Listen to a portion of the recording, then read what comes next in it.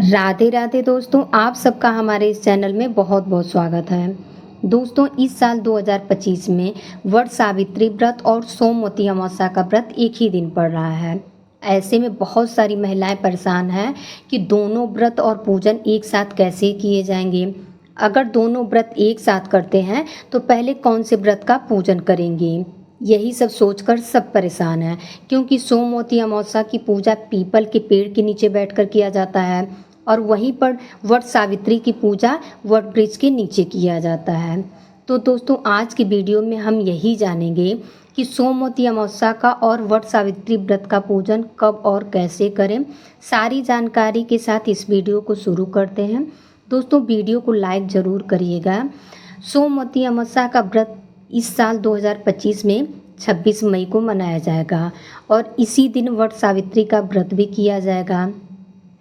सोमवती अमावस्या जो कि हर महीने में अमावस्या तिथि पर आती है, जब वो अमावस्या सोमवार के दिन पड़ती है तो उसे सोमवती अमावस्या कहा जाता है।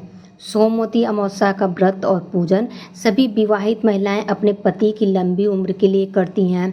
इस दिन पीपल वृक्ष की पूजा की जाती है और 108 परिक्रमा लगाकर इस व्रत को पूरा करती हैं।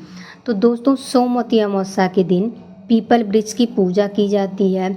इसलिए की जाती है क्योंकि पीपल वृक्ष में ब्रह्मा विष्णु महेश तीनों देवों का वास माना जाता है। इस दिन महिलाएं व्रत रखकर पीपल वृक्ष की पूजा करती हैं और 108, 21, 51 जितना भी परिक्रमा करती हैं।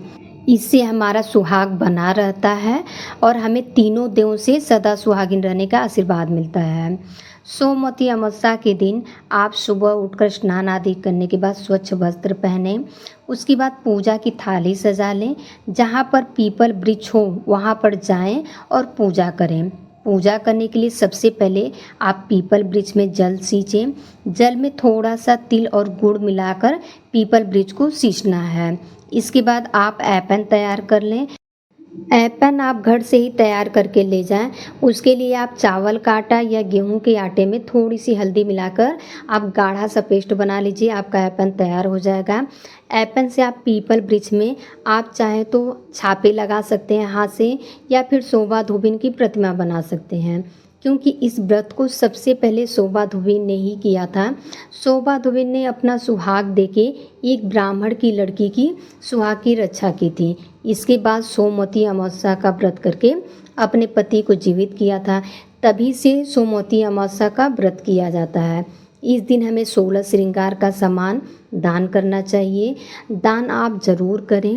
उसके बाद हमें परिक्रमा करनी होती है।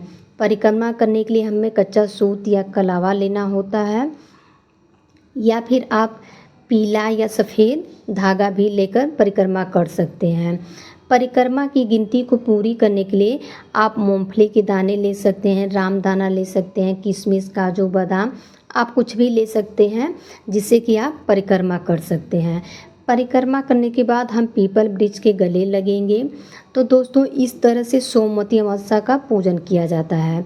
अब सवाल ये है कि अगर हम दोनों व्रत या पूजन करते हैं तो पहले हमें कौन से व्रत का पूजन करना चाहिए। तो दोस्तों, आप सभी को ये पता होगा कि वट सावित्री का पूजन जो होता है वो हर जगह का अलग अलग नियम होता है। कुछ जगह पर वट सावित्री का व्रत पूजन करने के बाद खत्म हो जाता है, यानी कि पूजा के पहले तक व्रत रखते हैं और पूजन करने के बाद भोजन कर लेते हैं। लेकिन कुछ जगह पर पूरा दिन का व्रत रखा जाता है।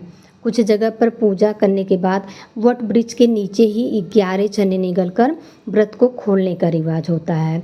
ऐसे में देखा जाए तो सही यही होगा कि पहले हम सोमवती अमावस्या का पूजा अर्चना करें, क्योंकि सोमवती अमावस्या की पूजा में हमें पितरों का भी आशीर्वाद मिलता है। तो इस तरह से आप पहले पितरों का आशीर्वाद भी ले लेंगे। इसके बाद हमें वट सावित्री व्रत का पूजन करना चाहिए। इससे ये होगा कि जो हमारे रीति रिवाज है पेड़ के नीचे चने निकलने का, वो भी आप कर सकते हैं। इस तरह से आपकी दोनों पूजा संपन्न हो जाएगी। एक बात और, अगर आपके आसपास पीपल का पेड़ नहीं है तो आप सोमवती अमावस्या के दिन तुलसी जी का पूजन कर सकते हैं। तुलसी जी के पेड़ में भी भगवान विष्णु का वास माना जाता है। तो आप घर पर भी सोमवती अमावस्या का पूजन कर सकते हैं। वट सावित्री पूजा के लिए आप एक दिन पहले ही बाल धुल लें, हाथों में मेहंदी लगा लें, क्योंकि सुहागिन को अमावस्या के दिन बाल नहीं धोने चाहिए। तो आप एक दिन पहले बाल धुल लें। और अगर आप के पास वट वृक्ष का पेड़ नहीं है तो आप उसकी टहनी घर पे ही लगाकर पूजा कर सकते हैं। तो उसके लिए एक दिन पहले ही आपको टहनी तोड़ लेनी है और गमले में लगा लेना है। वट सावित्री पूजा के लिए आप एक दिन पहले बाल धुल लें, हाथों में मेहंदी लगा लें और सादा भोजन करें। उस दिन अमावस्या होती है तो सुहागिन महिलाएं बाल नहीं धुलती हैं। तो आप एक दिन पहले ही बाल धुल लें, हाथों में मेहंदी लगा लें।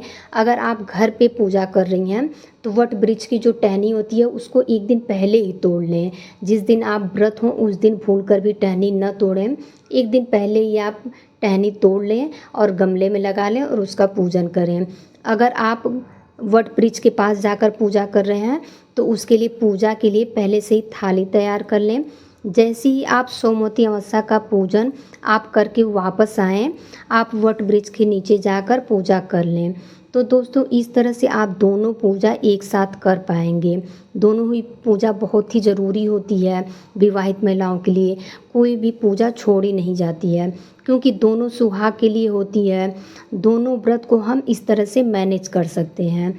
तो दोस्तों आपको ये वीडियो कैसी लगी कमेंट करके ज़रूर बताइएगा। दोस्तों अगर आपको अभी भी कोई बात समझ में नहीं आई तो आप हमसे कमेंट के ज़रिए पूछ सकते हैं। उम्मीद करती हूँ कि आपको ये वीडियो हेल्पफुल लगी होगी। अगर ज़रा भी हेल्पफुल लगी हो तो वीडियो को लाइक ज़रूर करिएगा, चैनल को सब्सक्राइब करिएगा। तो मिलते हैं नेक्स्ट वीडियो में, तब तक के लिए राधे राधे।